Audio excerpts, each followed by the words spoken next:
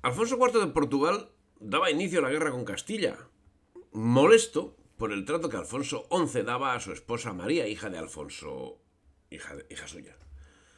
La guerra terminaría por intervención del Papa Benedicto XII y por el peligro que representaba una nueva acometida de los benimerines. Se llegó a un tratado de paz el año 1339, tras el cual las tropas portuguesas desempeñaron un importante papel en la batalla del río Salado contra los benimerines. También don Juan Manuel se reconcilió. Fue en este momento cuando fueron descubiertas las Islas Canarias, que comenzaron a ser menudeadas por esclavistas y por comerciantes de tintes. Al año siguiente, en 1340, la escuadra castellana al mando de Alonso Jofre Tenorio sufrió una gran derrota y se perdió Gibraltar. Esta campaña estaba promovida por Castilla y por Aragón y había sido solicitado el apoyo de Mallorca, pero Jaime III firmó la paz con Marruecos de forma unilateral. Grave error que acabaría costándole el reino, ya que Pedro el Ceremonioso decidió que debía ser incorporada definitivamente al reino de Aragón e inició un proceso legal que acabó sentenciando la confiscación de los bienes de Jaime III. Al fin, la derrota de la escuadra acabó en balance positivo con la decisión del Ceremonioso, con el resultado de la batalla del Salado acaecida ese mismo año, la conquista de Alcalá de Real en 1341, la batalla del río Pulmones y finalmente la toma de Algeciras en 1344 tras un largo sitio. Y gracias a que en estos momentos dejaron las discordias internas, Portugal, Castilla y Aragón actuaron en unión. En la batalla del río Salado, los moros ocupaban toda la margen del río, por lo que Alfonso dirigió sus huestes a la orilla del mar. Et mandó que los pendones los vasallos de don Fadrique don Fernando, sus hijos, et Garcilaso de la Vega et Gonzalo Ruiz, su hermano, que eran sus mayordomos, fuesen delante de él. Et el rey de Portugal tomó su camino a parte izquierda desde la sierra. Comenzaron las refriegas, pasó el río Garcilaso y luego Álvarez Pérez de Guzmán, que encontró herido a Garcilaso, siendo vencidos finalmente los moros. Pasó el río Don Juan, hijo del infante Don Manuel. Los moros de aquel lugar salieron huyendo, et fueron ferir en una gran campaña de moros que guardaban el real. Et dellos comenzaron a fuir contra Algeciras, et dellos descendieron fuyendo al valle do estaba el rey Alobasen. Los españoles atacaron el real, resguardado por multitud de caballeros y de infantes. Vencidos, salieron huyendo a Algeciras. Alfonso XI quedó aislado entre gran número de moros, a lo que el rey respondió: feridlos, que yo soy el rey don Alfonso de Castilla et de León, que al día de hoy veré yo cuáles son mis vasallos, et verán ellos quién soy yo. Se acercaron al rey nuevas fuerzas españolas que habían acabado con su sector moro, y los que acosaban salieron huyendo hacia Algeciras, mientras Alfonso IV de Portugal atacó al rey de Granada, cuyas tropas, tras el primer encuentro, comenzaron a huir. Et el rey de Castilla iba en pos del rey Alobasen, et en pos sus moros que iban vencidos, et el rey de Portugal con las gentes de Castilla que estaban con él iban en pos del rey de Granada, Yusuf I.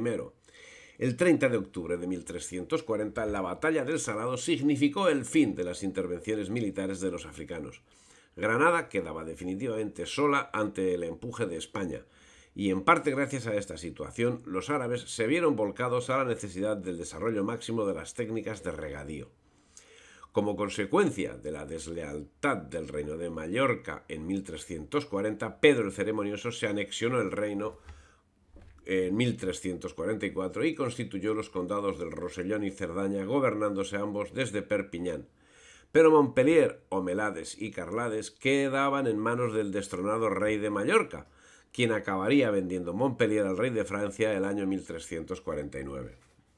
El derrocado rey de Mallorca, Jaime III, sería finalmente muerto en la batalla de Llucmajor de 25 de octubre del mismo año. Sus hijos estaban presos en el castillo de Bellver. Eran Jaime IV de Mallorca e Isabel. Jaime permanecería en prisión durante 12 años y fallecería en Castilla defendiendo los derechos de Pedro I, e Isabel acabaría enfrentada a Juan de Aragón. En su largo reinado, el rey Pedro IV tuvo que enfrentarse abiertamente con la Unión Aragonesa y con la Valenciana. En las Cortes de Zaragoza de 1347 y ante la presión de los unionistas capitaneados por sus hermanastros, los infantes don Fernando y don Juan, hijos del segundo matrimonio de Alfonso IV con Leonor de Castilla, el rey tuvo que ceder en la confirmación del privilegio de la unión. La situación derivó en guerra civil en Aragón y Valencia, que duró en Aragón hasta el 25 de julio de 1348, en que los unionistas fueron vencidos en Epila y los unionistas valencianos en Mislata el 8 de diciembre de ese mismo año. Tras la batalla de Epila, se ahorcaron en Zaragoza a 14 partidarios de la Unión y fue suprimido el privilegio de la Unión.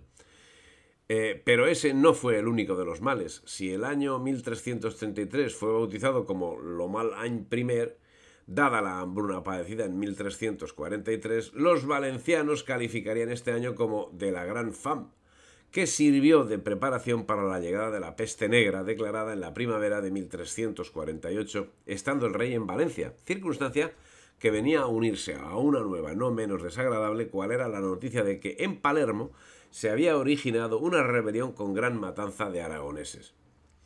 Eran los inicios de la terrible peste negra, que azotó el siglo XIV y que, unida a las sucesivas epidemias que se repetían cada 8 o 10 años y las malas cosechas, produjo una notable merma de la población que a finales del siglo XV se vio reducida en porcentajes cercanos al 50% de la existente a mediados del siglo XIV.